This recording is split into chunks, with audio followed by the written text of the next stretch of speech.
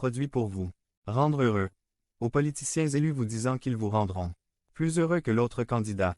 Le monde recherche une gratification instantanée, car c'est la seule consolation pour ce monde malheureux. On sait qu'il y a des gens qui se suicident pour réussir dans la vie et ainsi trouver un prétendu bonheur. Beaucoup ne le trouvent jamais. Le psaume 128 parle des avantages du mot bienheureux. Être béni, c'est être vraiment heureux, quelles que soient les circonstances. Cela inclut le bien-être, l'épanouissement, la prospérité. Le Talmud juif dit que nous voyons la vie, non pas telle qu'elle est, mais telle que nous sommes. C'est-à-dire que le bonheur est une façon de percevoir la vie, à travers la plénitude de Dieu en nous. Cela signifie que certaines personnes ne seront jamais heureuses, quoi qu'il arrive, parce qu'elles n'ont pas vécu une rencontre personnelle avec Jésus-Christ, et qu'elles le font. Nous n'avons pas le désir ou l'attitude de changer cela. Le vrai bonheur n'est pas quelque chose d'extérieur ou de bref. Il vient de nous et est éternel. Le bonheur n'est pas une question de chance. Ce n'est pas une question de jeu. En Christ, nous avons le pouvoir pour être heureux, mais nous regardons souvent au mauvais endroit. Cette étape dit que si nous craignons Dieu et marchons dans ses voies, nous pouvons trouver le vrai bonheur.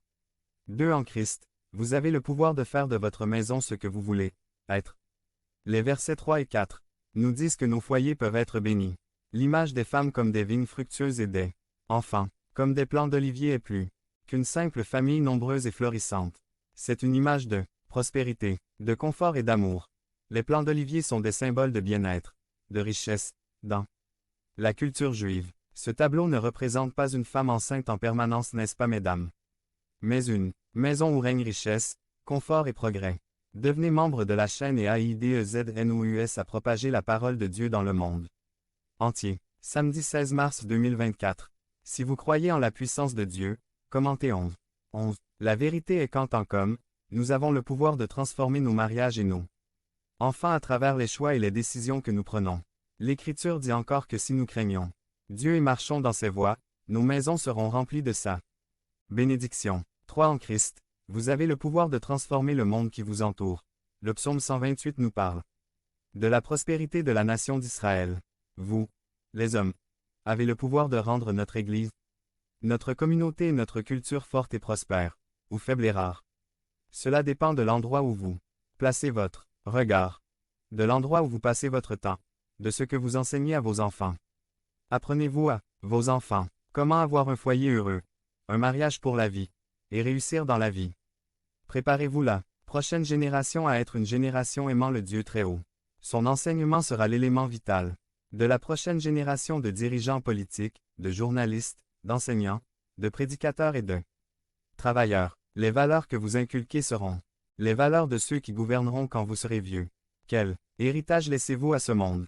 Les Écritures nous disent que nous pouvons transformer le monde si nous craignons Dieu et marchons dans ses voies. Conclusion. J'ai dit qu'en Christ vous avez le pouvoir d'avoir le bonheur pour vous-même, dans votre mariage et votre famille, ainsi que pour les personnes qui vous entourent.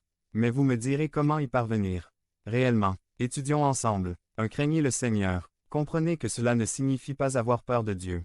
Il s'agit de le respecter, de savoir que c'est lui qui commande et que j'obéisse. Quand j'étais petite, et d'ailleurs encore aujourd'hui, j'ai peur de mon père. Je n'ai jamais eu peur de mon père. Il ne m'a jamais donné de raison d'avoir peur de lui. Mais, ma crainte est de l'honorer et de le respecter. Quand mon père parle, nous écoutons tous. Il n'y a jamais eu de plainte ou de crise de colère pour faire notre volonté. Quand papa parlait, nous écoutions. C'est ainsi que nous, les hommes, devrions être. Si vous voulez être heureux, si vous voulez que votre foyer soit heureux, si vous voulez que votre nation soit heureuse, écoutez Dieu. Agissons selon sa voie et non selon la nôtre. Comprenez qu'il contrôle, il est le patron, il est le créateur, et il a le pouvoir. Plus vous l'aimez, plus vous le craignez. En lui vous trouverez ce que vous cherchiez. Depuis tout ce temps, félicité. 2. Marcher dans ses voies. La vérité est la suivante. Quand j'obéisse, je suis béni. Quand je désobéisse, je suis discipliné. C'est une vérité incontestable de la vie. Dieu nous dit comment être heureux. Il nous dit comment traiter nos femmes et nos enfants. Il nous dit comment former notre nation. Obéirons-nous à son appel? Les Écritures nous assurent que si nous suivons le Seigneur, il rendra nos chemins droits. Personne ne nous avait dit que ça allait être facile. Hommes, vous êtes quotidiennement confrontés à des défis dans la vie, des difficultés au travail, à la maison et même dans vos loisirs. Mais certaines choses dans la vie valent la peine de continuer à se battre. Cela vaut la peine de se battre. Dieu promet que si nous le craignons et le suivons, il nous remplira de sa bénédiction. Devenez membre de la chaîne et AIDEZNOUS à propager la parole de Dieu dans le monde entier. Samedi mars 16 2024. Parlez à Dieu en 5 minutes. Description de la vidéo. Comment dois-je parler pour que les gens écoutent? Résumé. Avez-vous déjà parlé à quelqu'un en ayant le sentiment dans votre cœur qu'il ne vous écoutait pas vraiment? C'est une lamentation courante parmi les chrétiens qui prêchent les conseils de la parole de Dieu aux autres. Nous savons que nous disons la vérité, que nous proclamons. Par le Major Gerardo Balmori. Major Gerardo Balmori. L'armée du salut. Comment dois-je parler pour que les gens écoutent? Exode 4, 10 à 12. 10 Alors Moïse dit à l'Éternel: Ô Seigneur, je n'ai jamais été un homme facile à parler, ni avant ni depuis que vous avez parlé à votre serviteur, parce que je suis lent de parler et lent de langue. 11 Et l'Éternel lui dit: Qui a donné une bouche à l'homme? Ou qui a créé les muets et les sourds, les voyants et les aveugles?